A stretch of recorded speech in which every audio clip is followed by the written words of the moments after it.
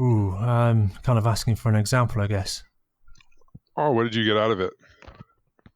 Well, it's the mindset thing, I guess, isn't it? If you can reframe it as loss, the poor mindset says that if you lose, or you're frightened of losing or not willing to lose, then it's almost akin to saying I'm not open to learning anything, because ego gets in the way of stopping you learning stuff. This is the curse of the genius, isn't it? Because if you can't do something out of pure genius, if you have to actually work for something, then you're relying on work, which undermines your genius ability, because if you were a genius, you would do it without having to do any work. So the work and learning are actually almost an antithesis to being a genius. I don't know. I think that's what holds a lot of people back from doing stuff, right? Because how many geniuses are out there anyway? But if people want to do something, they won't do it because they're not going to be good at it, and then it just doesn't. You know what I mean? It's like the Joe Rogan guy thing about the Mike Tyson. And they said his record was 0-5 because it's only when it's the tough things that really count. Do you know what I mean? So one could say Tyson was a genius in his physical ability, and then another person can say that when it really came down to it, having to fight through it, he failed miserably. Right. So I don't know. I don't know. I don't even know what the hell genius is. The fuck is that? Yeah. Well, I mean, I had a lot of laughs, and I think you probably did too, when I showed you the Charlie zelenoff videos. Yeah. I mean, that's what happens when you, I think, get this fixed mindset that you're a genius. You have to then distort reality to support that if you buy into it too much, because you reframe every loss as a win, and you start to deny reality, and you retrofit your experience to align with your confirmation bias. So, he started that underground boxing federation, and he'd go into gyms, didn't he? And he'd just ask someone to spar for 5 seconds, and then they'd go, okay, light sparring, and then he'd try to sucker punch them whilst they were putting on the gloves, and he'd claim that as a win. Yeah, it was obscene. It was like a train wreck. I couldn't look away. I had to keep watching it. I was so fascinated with it. Yeah, it's like a dumpster fire on a train wreck. Yeah. But the point, the takeaway I had from that as well is, this is the other great delusion that we look at the greatest boxers of all time. You pick anyone you like, and we say, yeah, they're a champion. So all we see is on the TV them winning. They're holding up their title belt. They knocked the other guy out. So in the delusion of a genius or a I'm a winner mindset, the fixed mindset, you say, therefore, the prerequisites to being a champion are I have to hold up my title belt and I have to knock the other person out. So in comes Charlie zelenoff with his fabricated underground boxing, UBF, Underground Boxing Federation. He buys his belts from Walmart, and then he sucker punches people, and that matches the definition of a champion. Well, I mean, for some people, maybe, I don't know. No, yeah, I mean, but in his mind. But the point as well is coming to is that I suppose true champions want you to have that belief, because true champions know that there's a team behind it. It's 15 years of learning and practice, and for every person who drops out of that pattern of behavior, for every person who thinks they can make it on their own, it's just one more person that won't get to meet them as a challenger. So it's probably advantageous to the team to have people believe that the genius, you're a genius, you're a natural boxing champion, you go for it. And then they'll never get a team, they'll never really aspire to anything, and so the threat never really materializes. So I guess it's what was that in the Zen of archery, or either don't fight a coward or give a master an honorable death. Yeah. With the genius thing, though, there's two sides of it, right? There's the side that we all do as regular people to protect ourselves, protect our egos. We can say, oh, Michael Jordan he's just gifted, he's just talented, because that makes us feel, more about ourselves, that we're just not, losers, right? But the fact of the matter is, someone like Michael Jordan, like, talent only gets you so far. Genius doesn't. You can't get to genius level with just talent. To get to that high level, everyone that is like in that greatness space might have talent, but to stay there or to be the best, you have to have way more than just talent. And I think that's the case with a lot of people. Like they talk about Michael Jordan. He was the first one to practice and the last one to leave. He worked harder than anybody, and he also failed more than anyone too. Like people always talk about the games he won, the championship games, but he lost more games than anyone in history too. Like they say, oh, he's got more last minute winning shots, but he also has the most missed last minute losing shots. People don't talk about that. Same thing with Babe Ruth. He was um, he was the home run king. He had the most home runs, right? But he also had the most strikeouts. And I think that's the part we forget to talk about. The people that were truly successful people not only succeeded the most, but they also failed the most. Would you Yeah, agree? I think that's a big takeaway, and we don't see that when we watch it on telly because we only see the the 6 or 7 rounds times 3 minutes. So we only get to see half an hour out of a 15-year grueling, demanding routine. And I think that's, again, the investing in loss, that all those failures add up to huge learning that you can't get otherwise. But they don't even think of them as failures, right? I don't think. I think that's the key. Is just even the phrasing of it. Maybe Yeah, they. yeah. I completely agree. And also, as I wrote in the notes a few moments ago, in the book, he also talks about fighting dirty fighters, because Yeah. that allows you to expand outside of the kind of rules, I don't know, of the martial arts or the rules of boxing or whatever venue it is. And it allows you to grow that network, to grow beyond the limits of the rules. But he says, don't get upset. But in a way, that also gives you permission to fail, because, if you lose to a dirty boxer, it's not it's not such of an ego bruising as losing to a better fighter, because you can always say, oh, the dirty bastard, but at least, but again, that is a temptation to that ego judgment. But I think you're probably better in the frame of mind that you're expressing it, that it's a learning experience, and you can only learn from people who have got something to teach you. In other words, they've got better patterns or different different techniques that you've not encountered before. Yeah, exactly. It makes me think of. I can't remember what he said at the beginning of the book. When he was talking about Tai Chi. It wasn't about like fighting or winning. It was something. What the hell was it? Oh, the goal of Tai Chi, the Tai Chi match was not winning, but being.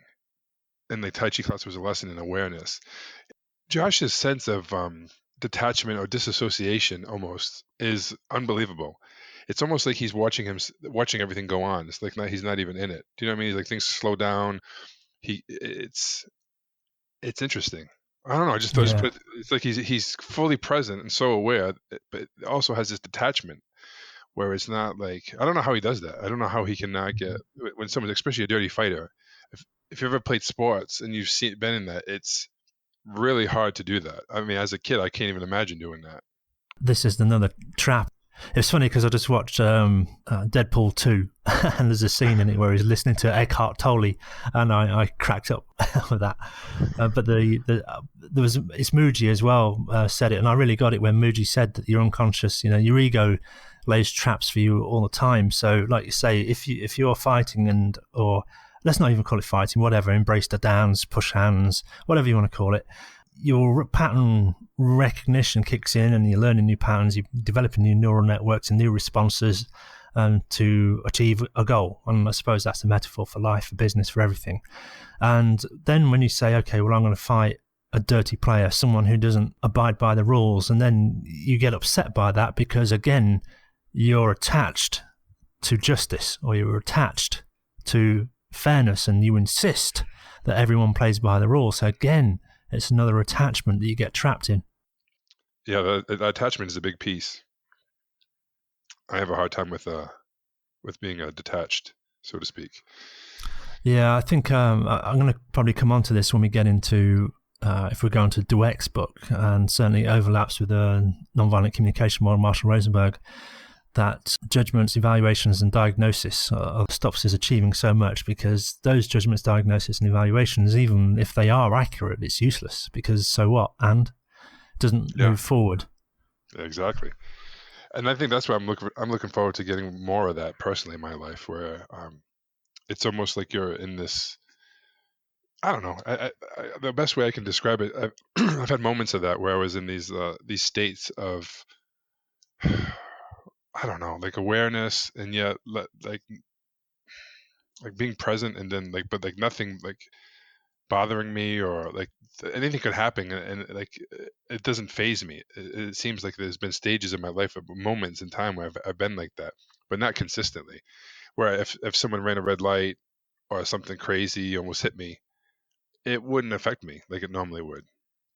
So I don't know, getting in those kind of states more often would be helpful. Yeah. I used to do a bit of road rage as well, and then I did the swish pattern in NLP to install new behaviour, and then it just didn't bother me anymore because people, bad drivers, they're in a rush or they've got an impending emergency. You don't know. Just let it go.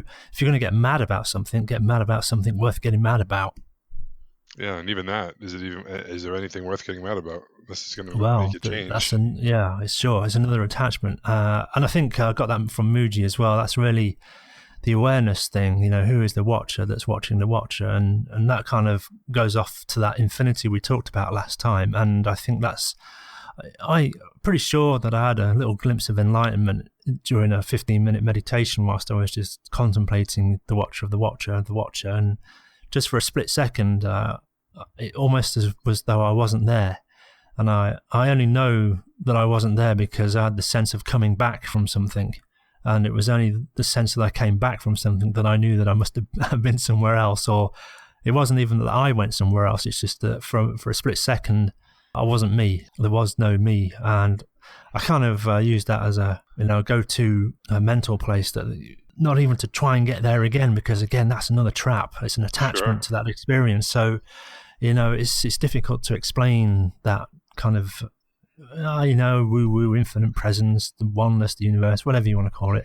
But I did enjoy the experience. Well, you can't even say that because I wasn't present for it, but it was a kick when I came back. But even that is a judgment and evaluation. So, yeah, you can't get away from it. Well, it's difficult to get away. Well, even that's a judgment. Yeah, everything's. I mean, I don't know how you get away from judgments, and we'll get more into this after. I have a hard time. I told you with that. The thing I would challenge you on is, I wouldn't say that wasn't you. I would say that was probably you. That was probably the one time that you were actually Right. you, Yeah. without I all mean, that's another thing. without all the baggage and bullshit that we all bring. You know what I mean? When you put Yeah. I think that's. Go on. Sorry. no, I was gonna say when you can leave all the baggage and bullshit aside and just be you, I think that's probably more of what it's like. Right. Yeah. I mean, there's this thing in the NLP they do called the know nothing state, and I think it's pretty similar to a deep meditation. And I think the joke in hypnosis, the big joke, is that you're already in trance because you respond to all this stimulus. Red light means stop. When someone furrows their brow and speaks in an angry tone, it's supposed to upset you. When someone uses guilt, you're supposed to respond in a way that they like. These are all hypnotic inductions, and I think the big joke is that hypnosis puts you in a trance for a moment, where you are actually yourself again, rather than responding to programmed stimuli. Yeah, I think we're always in the trance. I mean, I think we're moving from one state to another state, I guess, right? Call it what it is. It's a transformation. Yeah, I mean, I don't know. I think we're all in it. I don't know how you can not be in it. Yeah. We have that filter. We have our filters that, I don't know. This is really interesting. The judgments and the evaluations thing is really interesting to me, and I have a lot of resistance to it. Like I want to. Well, that's I think that was straight out of Zen and Archery again, isn't it? Rule number 2 or something was, what are the resistances that have to be overcome? Yeah, that's rule number 1. So it's a practice through any of the arts is a discovery of the resistances that have to be overcome. So you have to, kind of, you've been to these seminars, where the guru is on stage and the first thing he says, okay, here's a glass of water, let me pour it into your full cup. It overflows, master. Well, of course it overflows because you have to forget everything you've been taught before, which is not quite the same sentiment, but what they mean is you have to discover the resistances to be overcome. Yeah, I always think that it's not about, for most people, it's not about learning something new, getting more information in. I think it's more about letting go of bullshit. I think that it's I don't know. I mean, this is my woo-woo side. I think that we all, like, I think with a baby is born like fucking perfect, right? And then all the shit just comes and and we're trying to. I don't know who said this before. This is great. Like, basically, they were all kind of perfect, but what we do is we have these stories and this bullshit, and then we have this shit on us. And instead of just getting rid of deconstructing, destroying these limiting beliefs and bullshit ideas we have of ourselves, we put like lacquer on top of it, like this shiny stuff, the Instagram filters, the positive motivation things, all these things we put on top, and we put lacquer on top of all this shit, and it just becomes thicker and thicker. And it's kind of like a metaphor for me to kind of like that self-reflection, to just go in, and I think we're already perfect. I think we just got to get rid of the bullshit. It's not about adding more, it's about taking away. And I think I think even who said that? I think Tim Ferriss said that, or quoted like Einstein, not Da Vinci or something. Like something is like I'm not sure if it's excellence, or something is not when you can't, or simplicity is not when you can't add any more, it's when you can't take any more away, or something like that. I'm butchering it, but Right. Yeah. And you also came with a good one that you told me a while back about wisdom. which one was that? Wisdom is knowing what to leave out, something like that. Yeah. Oh yeah. Yeah, I don't know. I keep going back to that stuff. So, and I'm definitely not the guy that's going to sit down all day and contemplate stuff and meditate all day. But maybe I should. I should do it more. It's my optimism. This I don't know. I have this. I'm such a split personality type of person. I have this extreme, both sides. Like I believe that everyone is great. We're all great people, and I believe that if I can, you got to watch out for people too. So it's weird. Yeah. I mean, there's that. I don't know whether you call it a poem, desiderata. Go placidly among the world or something, but be at peace with everyone you may encounter, but beware there is trickery on every corner, or something like that. Yeah, my wife was talking to me about this the other day. She said that like I have to like, not that I don't trust people, but I have to verify. Like I can't take almost I very seldom take anything at face value. Like I have to like explore. What do you know what I'm trying to say? Modal operators of necessity, they call those. And every time I haven't, I've gone against that. Like even something simple, like when my in-law was over and we're gonna use the grill in the backyard and stuff, and he said, "You want me to light it up?" I'm like, "Yeah, okay, cool." He said, "Oh, you're out of propane." And my first instinct was, really? Maybe he doesn't know how to use the grill, right? Like seriously, that's the first thing that came to my mind. And he's a handy guy. He's rebuilt houses. I can't do stuff like that. I'm not handy. He, used to work at Home Depot. He's just a handy dude. Like he knows how to operate a grill. So I'm like, all right, well, change your plan. So I make something else inside. We don't have what we're gonna have, and then we eat, and I go outside and throw the trash in the backyard. Is where my trash can is. I walk by the grill and I'm walking by. I'm like, I gotta try it. And I turn it on and I start it up. And I'm like, Jesus Christ, it wasn't a propane. He's just an idiot. Didn't know how to start it. And this is what happens when I go against that. But it pisses people off, because even my wife is like it's almost like I don't trust anybody. It can come across, but it's not really it's not really trust. Maybe it is. I don't know. There's a good book we should cover as well by, I think it's Elrich, on trust, but we'll get to that another time. What's it called? It's just called Trust. It's got a green cover. I think it's Elrich. Elrich. I'll send you a message. I think that's his name. Cool. I got a similar story to that. We're doing a hot air balloon, and I was chatting to the guy about where he gets his gas from, and he was saying, you got to be careful when you buy the gas cylinders, because I don't want to stereotype, but there's a particular group of people that go to the refill stations, and they'll steal the canisters, and then they'll fill them with water to the weight of a full canister of what should have been gas. So obviously you get in your hot air balloon, you take off, and then you find you're just carrying water, and you're at 2,000 feet, and you need more gas, and all you've got is water. Oh my God! Is that really true, or is that just? No, apparently it's happened. Yeah. It's so much. It makes me think of anything, like having something that, like, what's good, what's not good. And you see a lot with Amazon these days, because you see products that are almost virtually identical. Some are imported. That most of them are imported from China or whatever. Whether it's a case or this or that, and they're almost identical in the different prices, and someone will say, oh, the quality of this is better, and it's probably the same shit. You know what I mean? It's hard to know. They use that fear to get you to spend more money, and then we think, oh, this has got to be better because it's more money than the other one. It's the same shit. Yeah. I got a couple of things that I've learned in the last week on that. First one is China, and there's an article in the independent newspaper here in the UK about China's social credit system. Have you heard this one? No. Okay, so they are going to start restricting public utilities to their citizens based on their social credit score. So they've already, allegedly, it was in the paper, whether it's true or not, but it seems to be true, 11 million people have already been blocked from booking flights. Certain people have been blocked from booking first-class train tickets, and some people are blocked from buying train tickets altogether because their social credit isn't good enough to be able to obtain those services. What do you mean social credit? What's social credit then? Well, doing voluntary service gets you one of these social credits. If you buy too many video games, that can dink your record. If you do crime or socially unacceptable things, that's going to dink your record as well. So, in one respect, this is total transparency of trust. You can go onto their database and find someone's trust record or the social credit record. Wow. And offer them services or discount based on their, social credit. Wow, that's nuts. That's fucking crazy. Well, I've often wondered about this. You look at Chinese films. I know it's a bit of a stereotype, but they're almost have a military precision about their administrative implementation of form.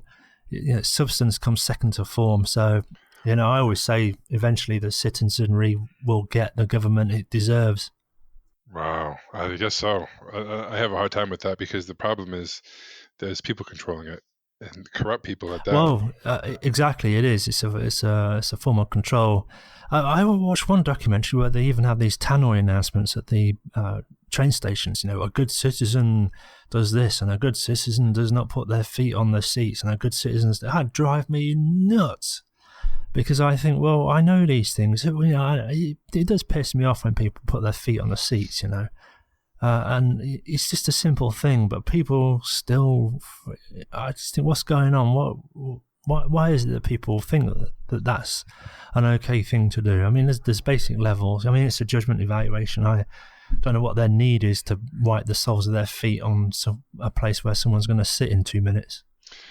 Yeah, I mean, there's two things, right? One is people should have an understanding about just general, what's the word I'm looking for? Etiquette or manners. Yeah, or etiquette, something. Right? Manners, right? But then also, why is it? There's that side of it, yes. And then why does it bother people so much too? There's both sides of it. Like people getting furious about things like that, and then we have all these social justice warriors that just go fucking crazy. Someone posted the other day about something making fun of vegans or something, and I said, why vegans are angry is because of bacon, and people just went nuts. It's just hilarious. It's like yeah. And I like to do that too. I don't know what they call that in NLP, but you can kind of say to someone you're gonna say something and they might get upset, so you can say something about being ultra sensitive. You can say something, they get all mad. So I didn't know you were so ultra sensitive, and it's like I don't know what they call that, but you can. I used to mess with people. It's loosening their model of the world. Or Frank Farley did it with it. I can't remember the name of his therapy. It was like that incendiary therapy. That's not what they called it, but provocative therapy. Oh, I think yeah. it was. Okay, that makes sense then. So many things in my head, I never know where they come from. Yeah. And the second thing, going back to a minute before, is with scammers. Like you're saying, China reminded me of the scammers. There's channels on YouTube you can go to and listen to scam calls where people bait the scammers. Yep. Yeah, and I've listened to 4 or 5 calls now, about 20 minutes each, and I've noticed a pattern that this is the thing about, I think Josh talks about this as well, immersive learning. So what happens is, in every case, I don't know whether it's a cultural thing, but these are primarily African and Pakistan and India. And it's the old scam. Okay, rich oil baron in Iraq has died, $20 million. His widow's ill on a deathbed. She wants the money to go to a good cause. We found your name. All you need to do is pay us $200 for the attorney fees and the money's yours. That kind of scam. Advanced fee scam, 419, classic. And this guy rings him up and he's deliberately obtuse. He'll say Swift code. What's that? Does that mean it gets there quicker? Who can decrypt the Swift code? Do I need to go to Walmart? And then he'll like, well, why do I need to go to Walmart? And the other guy's going, you don't need to go to Walmart. And he says, but you said Swift code, but Swift rhymes with Walmart, so that's why I'm going. and he'll just make up any ludicrous association with Swift, or well, maybe I should send and they'll say, the scammer will say, how are you today? And he says, I'm okay, I'm carrying my basket. And they go, basket, sir? Yeah, it's full of my laundry. That's great. But what happens in every case, about 20 minutes into the call, when the scammer loses their rag, is they'll start to get manically repetitive. So they'll say something like, listen to me, listen to me, listen to me. Or they'll say, shut up, or they'll say, you're so stupid, you're so stupid, you're so stupid. Why can't you follow instructions? And they start repeating these key phrases. Yeah. And I thought, you know what? I bet this is exactly how their parents talked to them when they were young. You're so stupid, you're so stupid. Listen to me. I'll tell you what to do. And I can just hear it, their parents telling them. And this is what happens. Again, I go back to Bo Lotto and that notion that when the brain has pain, it moves the shortest distance neurologically in the network to get off pain and then responds whatever that is. Mm-hmm. So it's an immediate, either it's a redemptive violence or it's anger back, or you're repeating the phrases that have been embedded in your unconscious from your childhood, which is usually that 7, 8, 9, 10-year-old imprinting time.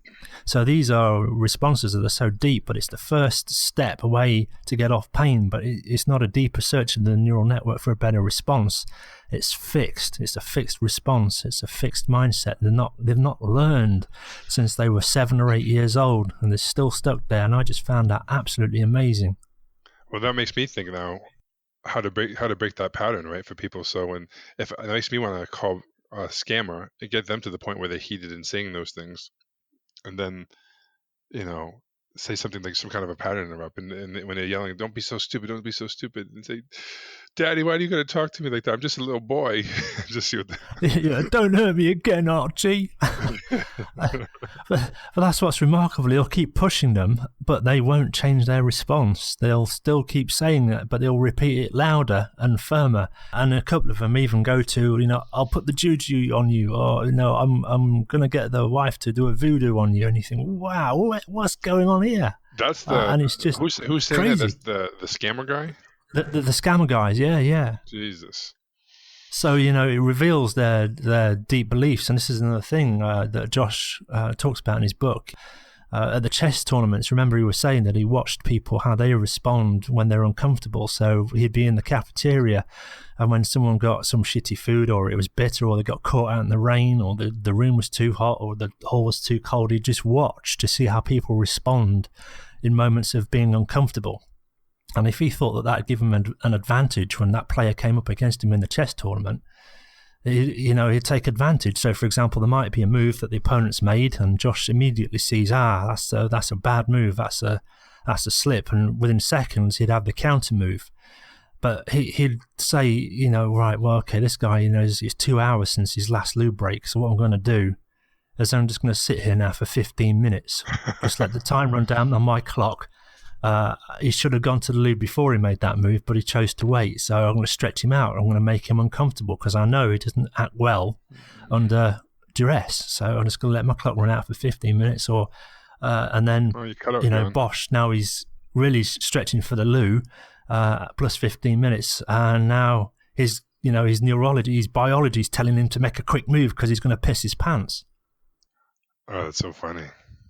Yeah, so there's all these unconscious things, and again, it comes back to the thing that he says about a great master is, in the technique of jiu-jitsu or whatever, it's not necessarily about knowledge of the technique, but it's all these other nuances, the footwork, the balance, that finding where the other person is uncomfortable. And there was something as well he said about mental blocks, or people stop when they encounter uncomfortableness. And so what you're really doing is you're detecting all those areas of uncomfortableness, and then you put those together in a sequence of moves that compound 3 or 4 uncomfortable occurrences that are out of the other guy's experience or comfort zone. And, it comes back to that Lanchester equation. So you're widening your gap to start a war of attrition, and it happens very quick. Yeah. Yeah, they also he also does something too. It's a little different. It's the opposite. And instead of when you have to pummel to get a position, and the opponents would be used to fighting and be really strong at the pummeling thing, he would just immediately give them that position without any resistance, and they go right in, and they'd be almost like shocked, and then he'd play off of that, which is another interesting technique. He's pretty genius, but it's basically exploiting imbalances. And if they're aggressive and they go a little too aggressive, he uses that against them. It's just brilliant. Yeah, I just got on my notes here. After the jungle story about the jaguar, I don't want to spoil it because that's a pretty good story, but the concessions to release brain pressure, again, Bolotto is the thought and cognitive distance. So what is it? What responses are neurologically close to your current experience? Because the further you have to search in your neurology for an answer, the longer it takes. So the idea is to build all these decision trees over time so that you've just got a response close by for every circumstance. And grandmasters know how to make the smallest crack decisive. Yeah, and less fatigue. They have bigger, bigger chunks or buckets, whatever, of knowledge. So it's interesting. Yeah, and the counter side to that is again from Zen and the Art of Archery and Josh's book, that you've got to be comfortable with being uncomfortable. You've always got to be relaxed with the tension. Thriving in chaos, like he says. He said people would, when the situation would get, they try to control everything so it would be, not chaotic. And in fact, he learned to thrive in that situation where all the theories out the window when no one knows what to do. So it's, I love that. I love that. I don't know what you call that, but that pushing the boundaries like that. Yeah, I think, what's his name? David and Goliath, Blink. Malcolm Gladwell talked about the most stressful place to live is right by traffic lights, because their phase changes and you don't know the pattern, and then you get stop and start traffic at strange hours in strange patterns, and it gets stressful because you have no control over it. People revving the engine, some people don't, and it's unpredictable, and that's the thing. It creates a tension, and Josh says you've got to be at peace with the noise, which is a nice ambiguity, and then to utilize that like he's a master. There's a story Alan Watts tells about. He was at one sitting someone, and someone gave him a hot coal, and he said, "Oh, perfect, that's just what I need," and lit a cigarette with it. Yeah, it's great. That's great. So one of the things that I really like that he was talking about, and I think it's the chapter Making Small Circles, when he talks about like depth over breadth. And I think that's, with all these distractions, and especially me wanting to do all these things, I find myself not going as deep on certain things as I'd like to. You know what I mean? And he had a quote that I wrote this quote down. It was great. It said, "Depth beats breadth any day of the week because it opens the channel for the intangible, unconscious, creative components of our hidden potential." That's just so deep. You know what I mean? Like even the part when he was talking about just having, it's kind of a little woo-woo, but having an intention of doing a certain attack on that opponent, the opponent would sense it and be ready for it. So he would do a fake intention, and the guy would react to the fake intention, and then Josh would do something else. It's just funny as hell. Yeah, I think that gives insight into the level of mastery, that it's not just a response to a stimulus, but it's also a fake response to a fake stimulus, and the wisdom is knowing which is which. Yeah, exactly. And then being able to... Sorry, go ahead. Yeah, it's just mind-blowing. You see it in boxing. I'm not a great boxer, but I just started watching some boxing videos.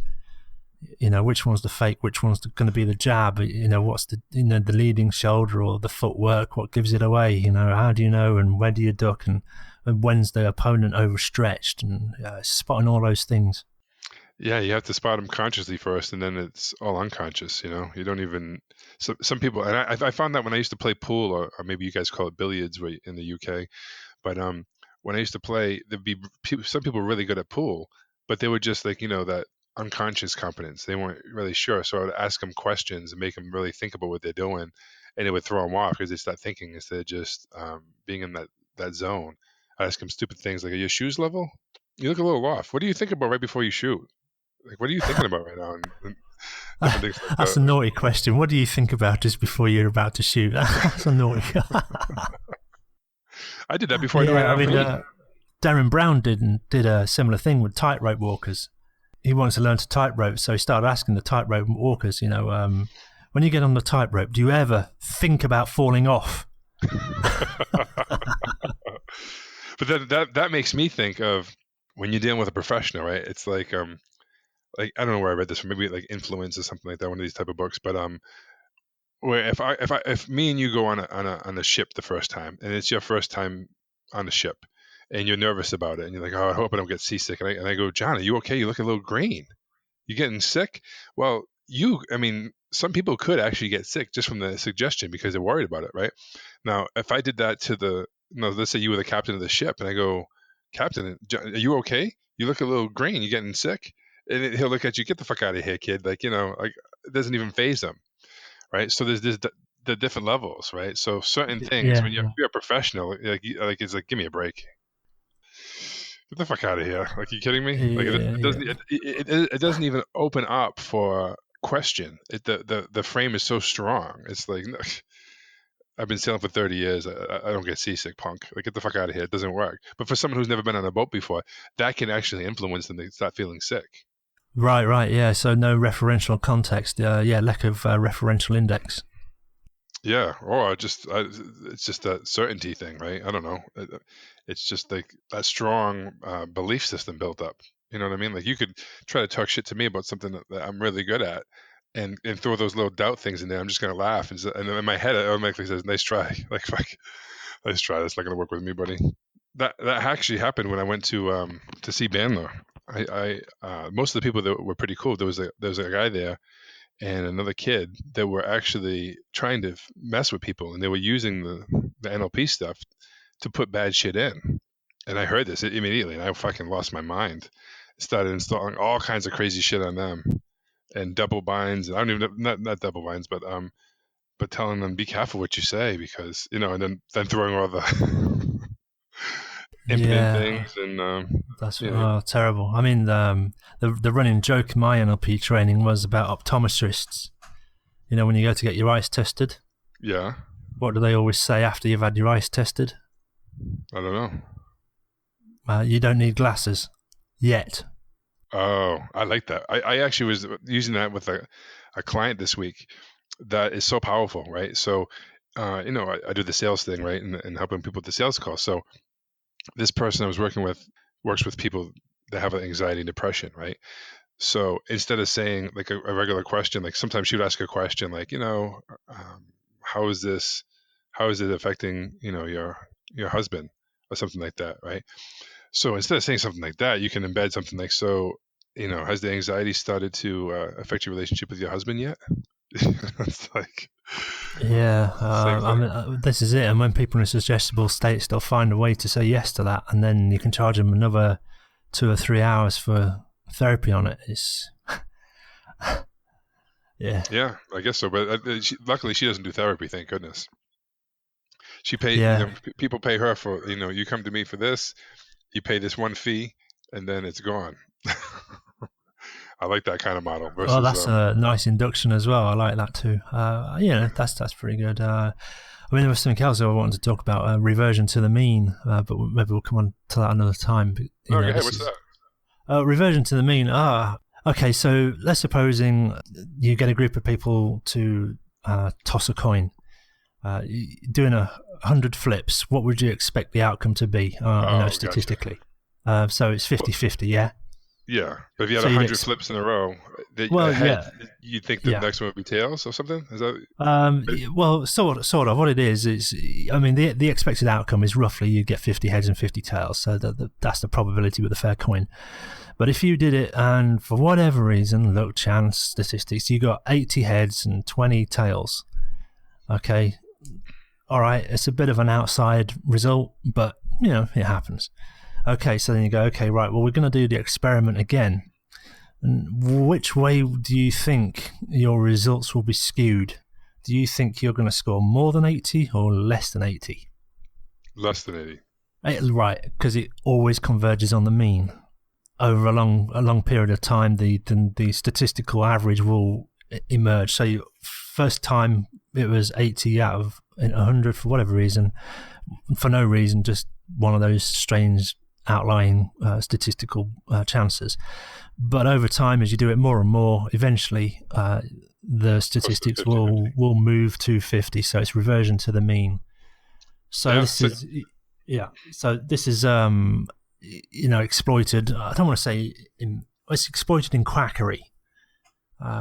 So people go to a quack with an outlier result. Oh, you won't believe what happened today. I cracked my neck. I got a headache. It made me vomit, and I got a fungus in my toe, and I got leprosy, and all these ailments at once.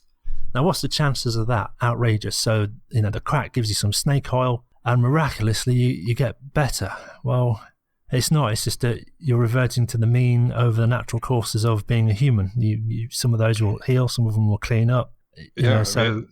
When you do these statistical analysis, you've got to be very aware of these kind of the reversion to the mean. Well, just like I think Vegas, if you go to Vegas and you gamble, and if you play long enough, the house always wins. It's the same thing to get back to that. Yeah. I mean, there's a gambler's fallacy, which is when you go to the roulette table, you see the LCD displays of the last 15 results. So if you see the number 23 that's come up 3 times out of those 15, one set of people will say, wow, 23's come up 3 times in 15 rolls. That's above a statistical anomaly. Therefore, this table must be slightly biased towards 23. So I'll put money on that number because it's obviously slightly biased. So people bet heavier. Other people will say, 23 has come up 4 times in the last 15 rolls.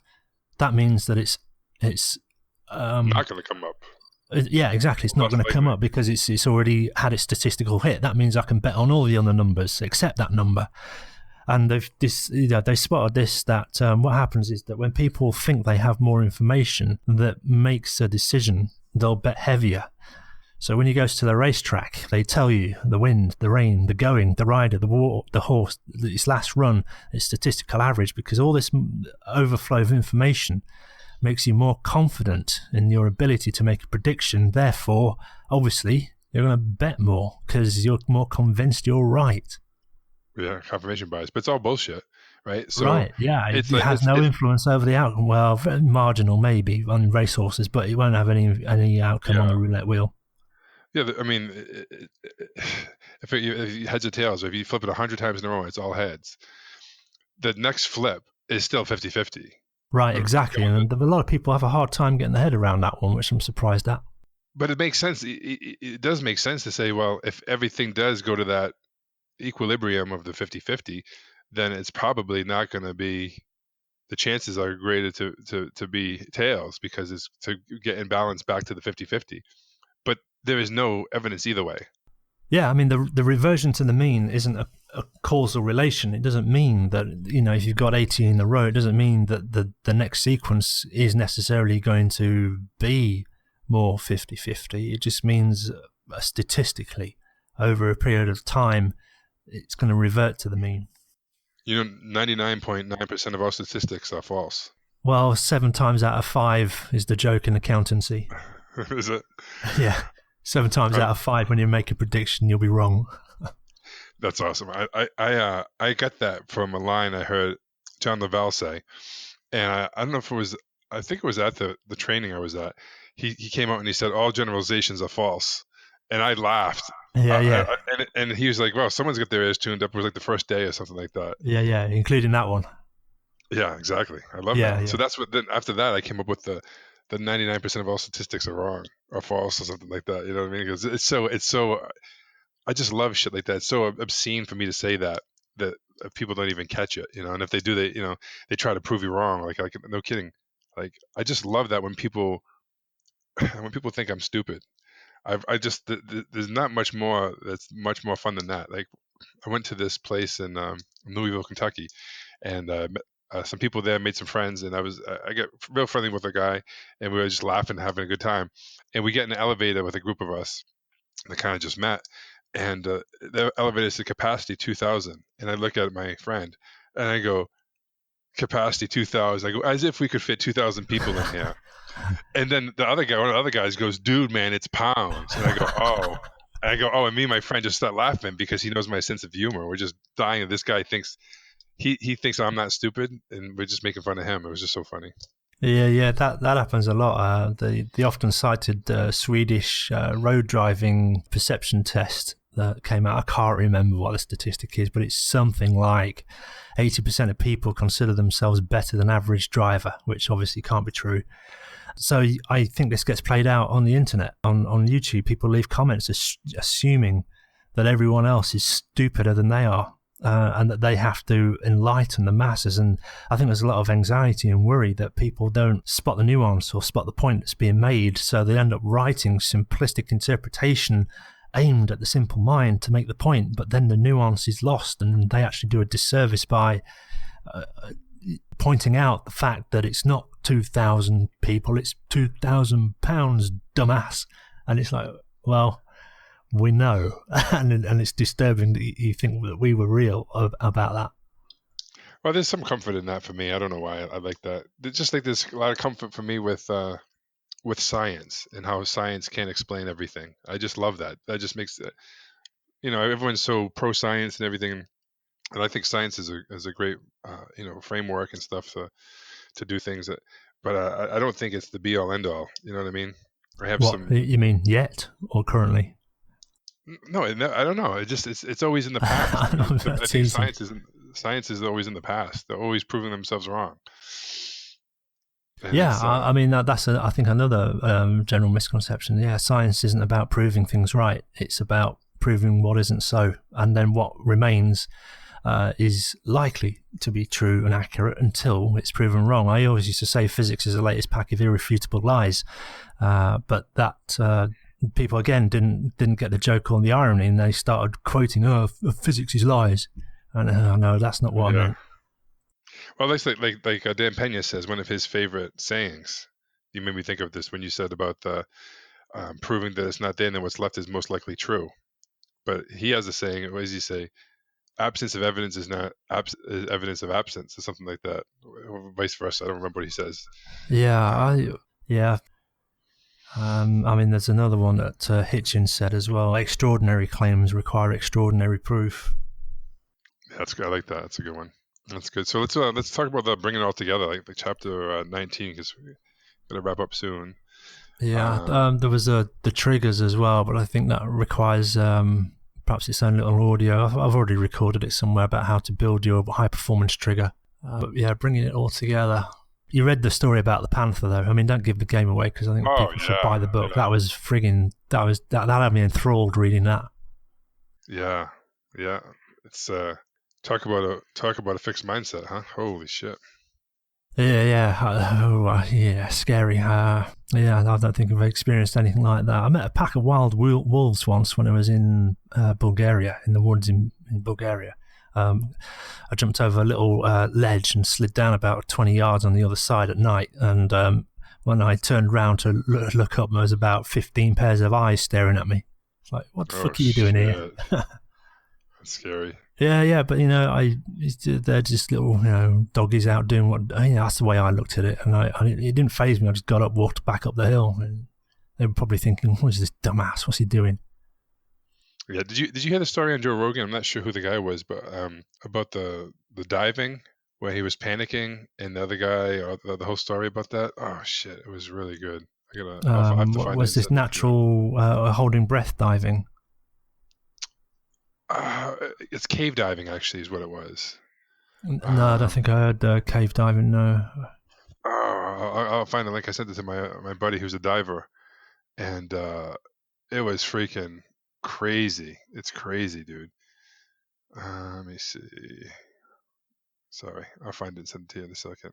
Sorry, I'll send it to you. Sorry. Yeah. Cool. I'll take a look. I was just going through my notes. Bringing it all together. The secret is that everything is always on the line. The more present we are at practice, the more present we will be in competition, in the ballroom, in the exam, the operating table, the big stage.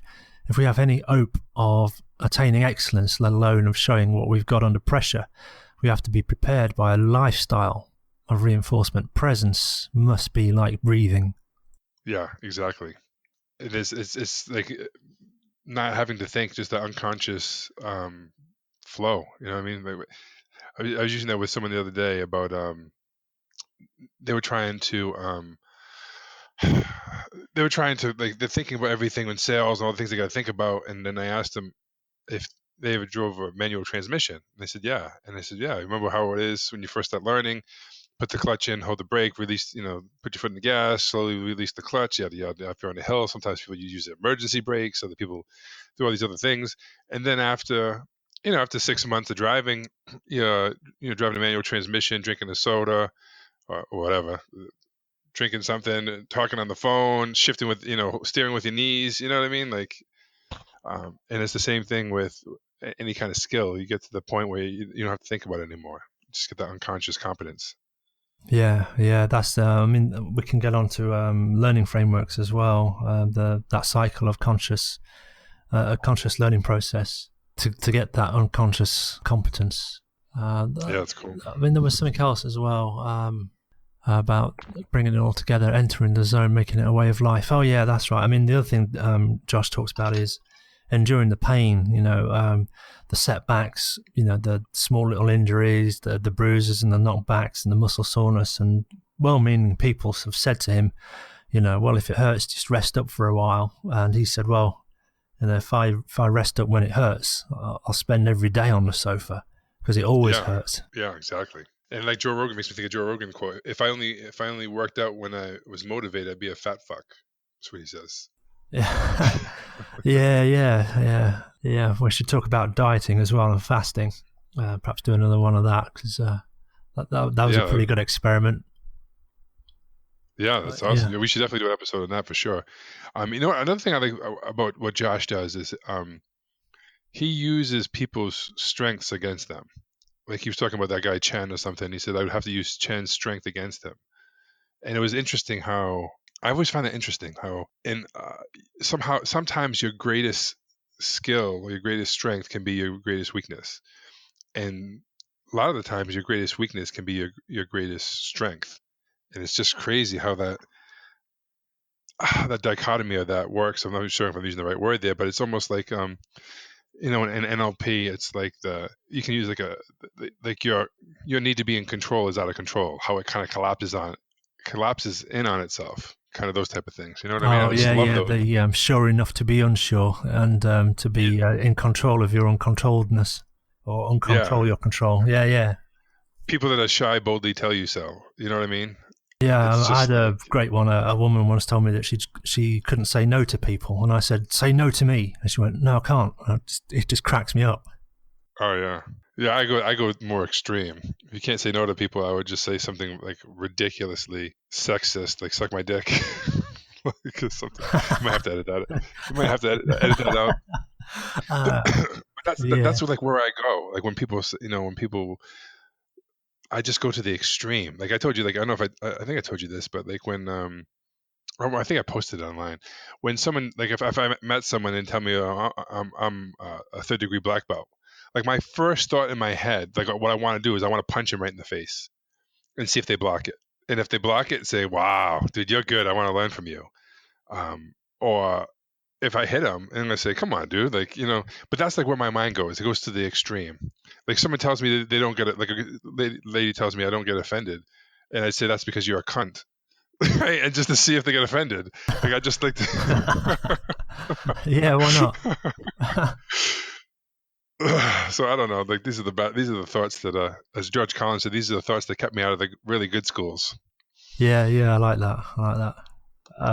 Do you really want me to edit out the comment about the blowjob? No, I don't. No. I just thought it'd be funny if I left that in and actually cut the comment out earlier. People would be wondering what it refers to now. Oh yeah, dude, that's hilarious. I better leave it in now. Did that. Yeah, I mean, I don't like to censor anything. No. I was once in that school, but sometimes I have to have second thoughts sometimes. Yeah, I agree. Like I go back and forth. Like when someone tells me what I can't say, that's when I go extreme. Yeah, I mean, there's a debate on that as well. You got the freedom to say whatever you want, but it's got to stop at shouting fire in a crowded theatre when it's not on fire. That kind of stupid stuff. So I guess to wrap up, I mean, there's something else here. It says the unconscious mind is a powerful tool, and learning how to relax under pressure is a key first step to tapping into its potential. Yeah, and another thing too, like talking about being able to relax. I think he mentioned interval training, and I think how he would do like stress. Those when you don't have a lot of time to fully relax and like recharge, and he would do the interval training, and then that way, if between the matches, if he only had 30 seconds or a minute, he could just lay down and completely like relax and then be ready for the next round or something. I think he said developing a skill to go through the cycles of stress and recovery, muscular stress or training stress or mental stress, and then recovery. And finding out, what works best for you is one of the little secrets. And to that aid, he's provided a sequence to build your relaxed trigger or your high-performance state trigger, which, it's a simple process. I've recorded the audio on how to do that, so I can add that in to supplementary tracks on this audio. Yeah, but I think you're right. I think it's something I want to start doing more. And not just physical, but like he said something about like the body and the mind going back and forth between hard work and release. And I started thinking, man, I need to train like that. I need to probably work like that, like really focus without distractions, like super hard, and then like and like shorter bursts. Me sitting down for an hour to work on something seldom is fruitful for me, anyway. I got to do smaller chunks. 15 minutes, 10 minutes, something like that. Yeah. I think an hour of solid work is pretty intense. But it's like you could probably do 3 or 4 solid hour in a day. But you could, if you do 15 minutes and 5-minute breaks, you can almost go indefinitely. Yeah, and I think that's more for what I need to do. And I got to realize, I just was talking to my wife about this last night, about doing stuff and about breaking things down, and like with my mind and all the ideas, all the things I want to do. I was talking with a friend who's a writer, and he's like, I just need a couple months to write this book. And I said, well, how many pages is a normal book, and then how many words is a normal book, like an average? And he's like, oh, about 13,000. So I took 13,000 and I divided it by 60 days, and it's like 216, 17 words, and just doing that every day. I don't know if we talked about this before, but so I was just thinking about those type of things. Like if I could spend like 5 minutes a day on something simple, like, okay, like I'm just gonna clean for 5 minutes a day. Like I'm not gonna clean a lot. Maybe I dust the windows in one room, and then the next day I do something else. But every day I spend 5 minutes on it. Like at the end of like a month, I want to have a good habit. It's going to be easy. It's only 5 minutes, and my house is going to be cleaner. And it's just like, fuck, there's so much stuff you can do in such a short amount of time. If I want to, like push-ups, I'm just going to do push-ups every day. I'm going to do 2 sets of push-ups every day. I'm going to do as many as I can in a minute. I'm going to spend 2 minutes a day working out. That's like, or whatever. Do you know what I'm saying? It's like, there's so much you can do in such a short amount of time. I want to practice my guitar for 10 minutes every day. That's it. But every single fucking day, I'm going to do it. Yeah, but that's the thing. I think it's also a secret that, like you say, if you do 5 minutes housework a day or whatever, next month you better do the same amount in 4 minutes because you get better at it. But see, here's the thing. Here's my point, though. Hold on a second. I mean, this is a good point, because it's not about getting it done. It's just about spending the time. So it doesn't matter if I'm halfway through cleaning something. I'm just going to leave it. It's just the time, and it detaches from the outcome. Like, I'm just going to spend an extra 10 minutes and just finish this up. That's how our mind works. I'm like, no, I'm going to stop whatever I'm doing at mid-window and stop. And it's not about the outcome. It's about, like, it's not about having to get better. If I'm just doing 5 minutes. If I get more done or I get less done, it doesn't matter. It's just the 5 minutes. I'm doing it. It doesn't matter if I can do 3 miles. Like if I can run a mile in 5 minutes, and you can run a half a mile in 5 minutes. We're spending 5 minutes on running, not the outcome. Right now, obviously, 6 months from now, you're going to be able to run a mile in 5 minutes. But now you're only running a half a mile in 5 minutes. Right. I see what you're saying. Yeah. Okay, so do you know what I'm saying? Like developing the process rather than achieving an outcome specifically. Yes, because I have such a fixed mindset on certain things that I always want to get better. I want to do this, I want to do this, and it's just it doesn't serve me. And I think if I can detach from the outcome and just love the process and just do the thing, and outcome doesn't matter. Oh, I did a lot today, I didn't do a lot. It doesn't affect me. Yeah, that's a Like big one. that's Again, attachment to yeah, outcome is attachment, and it's a big one because we always focus on the outcome, but the outcome is almost we have no control over it, over the specific outcome. You know, it's like dieting, isn't it? You know, people want to lose a stone. If it was under your specific control about how much weight you lost, then we'd all lose a stone tomorrow. But it's not. It's, what is under your control is what you put in your body, how much exercise you do, what you eat, when you eat. That's under your control, and the outcome is what happens as a consequence of that. yeah. I mean, I don't know. For me, like having that realization last night about just taking those like short blocks of time, and no matter what's happening, when the timer goes off, you stop. Maybe you finish the last two words. I'll give you that or whatever, but like you stop. You're not gonna write the next sentence, next idea, and you just commit to that. And I think that's what I need for me to get more into the growth mindset, because it's always it's a trap. If I get this many clients, if I sell this, if I do this, if I accomplish this, if I can do this many pull-ups, I can do this, then I'll be happy, or then I'll be successful, or then this bullshit. Where it's not about the pull-ups, it's about, I want to spend 2 minutes a day on pull-ups. Now maybe I can only hang from the bar for 10 seconds and I have to get off for a few seconds. I have to hang again and get off. But every day I'm just doing it. It's just like how many things how can you break things down so simply that you can spend 5 minutes on something or 10 minutes on something a day, but be so like my wife and I were talking. My wife's name's Laura. We were talking last night, and it's really about we're talking about habits. And I say, we are all a slave to our habits. The problem is most of my habits don't serve me. Surfing around on the internet, reading, chasing, researching, all this shit, right? Whereas if I didn't do any of that stuff, or I spent an hour a day on free time to do that shit and map stuff out and created those habits where every day I was working out for, 5 minutes, 10 minutes a day. I don't need a lot. I could do as many push-ups, squats, lunges, sit-ups, and maybe a plank or something, whatever, something like 5 little exercises I could do for as many as I can do for a minute. If I can only do 5 and I'm done, I stop and I wait. And then if I get energy, do a couple more. If I did that every day for like months, I'd be in a lot better shape. Yeah, Sorry for the true, rant. true. No, it's inspirational. It is.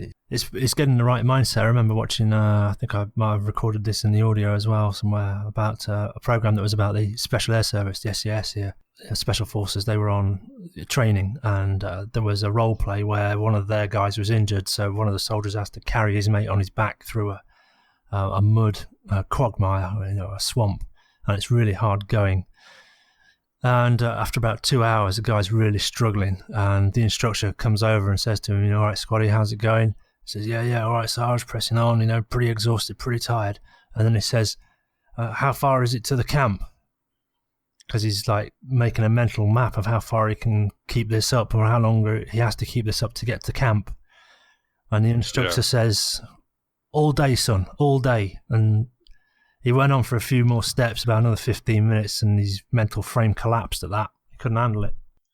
Yeah, because it's true. I mean, so that's why I think that's going to be a good strategy for me to do these short little micro type of tasks. You know what I mean? Like think about it. Like I started writing down last night all the things I want to do and work on. And eventually I want to learn to speak Italian, and I was thinking, well, maybe I should learn to speak Spanish because everyone speaks Spanish over here. You know what I mean? It's crazy. It's probably more useful.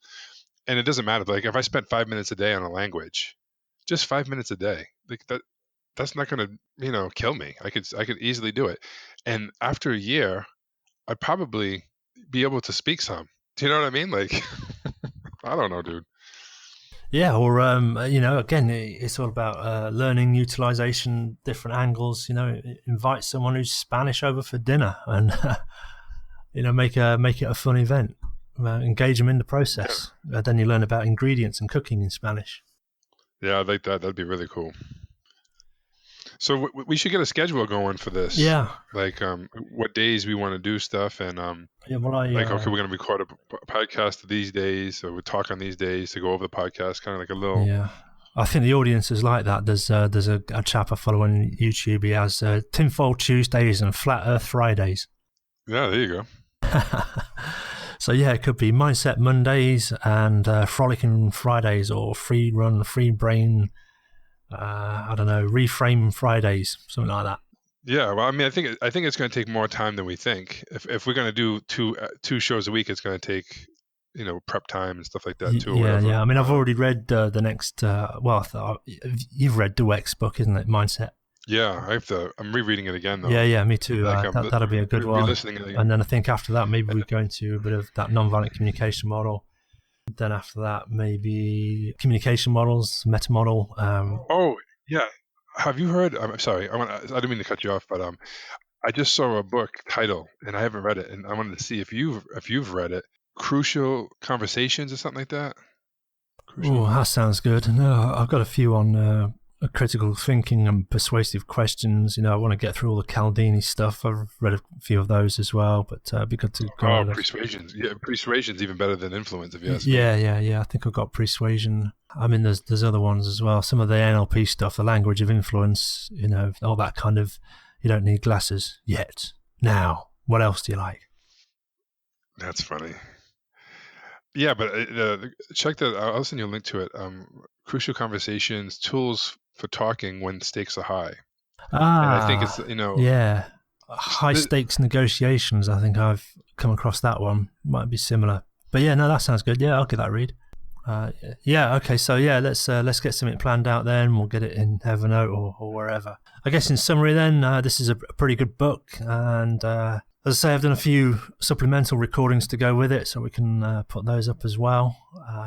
And sounds like Mindset by Dweck is going to be the next one. Yeah. I mean, I like the ending of the book too. Like when he talks about the whole competition in Taiwan and how unfair it was, and all the crazy judging and it just kind of fits perfectly to his his story and how he embraces all that crazy stuff. But I felt like he got robbed. There, buddy?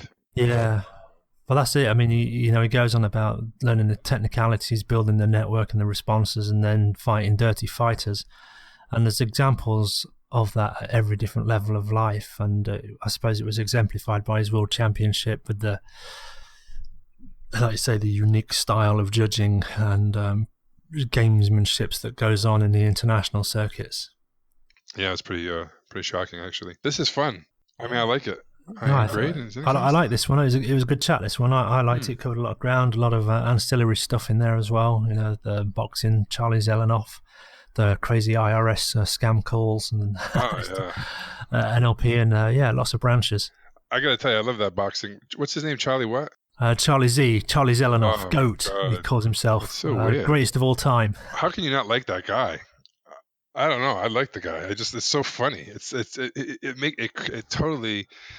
I mean, you got to. I don't know why I like it. That's also disturbs me. That why do I like this so much? I was laughing. This is so funny. It's sad. I know. I get it. It's sad, but it's so fucking funny. Like it would be great if he didn't take himself seriously. Like he was just doing. Like I think it would just be a fun thing to do. It's just so funny. It is scary, the level of delusion, and that's the thing. It's not a joke. It's not a troll. It is an out and out delusion. I know, but it's all a delusion. Like, you know what I mean? Like I said, you know how I always say it's all bullshit. It's just like, what bullshit do you want to believe, right?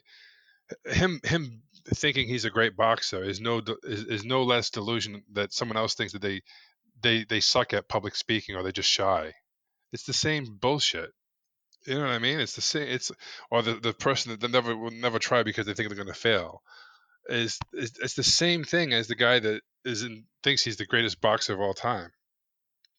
I don't know. Yeah, there's. I suppose there is something to be said for it because in a lot of these self-help and guru and personal development seminars, they always say act as if, and maybe it shouldn't be act as if, but believe as if. Because it comes from the belief first. Because if you believe you can't do it, you won't do it. At least if you believe you can, you give it a try, or you start down that road. Okay, I can be a brain surgeon. Okay, so what do brain surgeons need? Right, well, they need a good understanding of the brain. All right, so I need to get on a course about neurology, and then I need to do a course on surgeon. All right, before that, I need to go to med school. And all of a sudden, you start getting plans that kind of make sense. But acting as if means that you go direct to dressing in scrubs and picking up scalpels and doing naughty things that you're clearly incompetent of doing. Yeah, well, when you start endangering other people, I think that's where we draw the line. You know what I mean? Like acting as if I know how to do brain surgery and cutting into someone's head when I've never even done it. That's Yeah, there's a bit of a scandal actually going on here in the UK. They're doing a review or background checks on 3,000 acting professionals in the health service, because it turns out one woman, I think she was a practicing psychologist or psychotherapist, and it turns out she had got no certification in it. Oh. And my first question was, well, okay, was she getting good results? Yeah, she probably can help them. She might well be after 30 years. But so they're reviewing a lot of cases, and there's quite a few in there that turns out don't have the qualification for what they claim to be doing. Yeah. Well, I mean, that's a different thing, because that's an insurance malpractice lawsuit waiting to happen, and that's going to cost a lot of money. If any one of those people who wasn't licensed or certified has had an operation or done something or killed somebody, that's a huge malpractice. It's not, I don't know what they call it, but employing people who are not certified or have the qualifications, trained to qualification, exactly. Yeah. And just because someone has a schooling doesn't mean they're going to help them, and just because they don't have training doesn't mean they can't help them. But there has to be some standards. For sure. But unfortunately, the insurance industry regulates a lot of this, because if side effects from medicine, and it's the qualification that allows a person to buy insurance that provides the safety net that if anything does go wrong, you can claim on the insurance. But then if the insurance company who's insured these doctors that aren't really doctors, they'll just say, we can't pay out because they've misrepresented their qualification. So unfortunately, you're not going to get any compensation. Wow. And then they're going to go after the health service, I presume, that employed them. So yeah, it's, again, it all comes back to insurance. It's that insurance regulates the whole lot, but that's another long story. Yeah, no doubt. I'm going to send you another video too about I think it was Ted Nugent on Joe Rogan. He was talking about vegans and how being vegan actually hurts the environment more than eating meat, and it was a really interesting defense. It was really interesting. Maybe we can. My first girlfriend 20 odd years ago was a vegan, and there's vegans and there's vegans. There's a lifestyle vegans, and there are this respectable portion of vegans that are environmentally friendly. So they, we all think vegans are like vegetarian plus, but a lot of them, for example, won't eat avocado. And you think, well, why wouldn't a vegan eat avocado? Because it takes 250 litres of water to go through an avocado tree to produce one fruit, and that's not environmentally sustainable. And so that's a level they go to. So it's not just about the food; it's also the implications of the environmental impact that are considered. I'm honest about like I love avocados. It could be like my favorite food, and I'm willing to. Oh yeah, I love it, and I love pork seeds as well. What's pork seeds? Bacon seeds. Bacon seeds? Yeah, bacon seeds. Little piglets. Oh, okay. I was like, how do you make seeds with bacon? I'm thinking literally. We call them, little pigs, little bacon, bacon seeds. Yeah. A friend runs one of the live cooking programs, and one of his weekly questions is, if you were on a desert island, what would be your go-to food? And I'm dying one day that he asks me, and I'll just say vegan. And he'll go, what kind of vegan dish? And I'll go, no, a vegan. Yeah, that's funny. That's awesome. All right, brother. Always great chatting. Yeah, let's wrap it. Yeah. Have you thought of it? All good. Have you thought of a name? We're going to just use think about the name for the next time. Yeah, all right. We'll get some names. Yeah, okay, cool. All right, man. Always great talking with you. All right, I'll wrap this one, edit it, and let's get it up. All right, take it easy, man.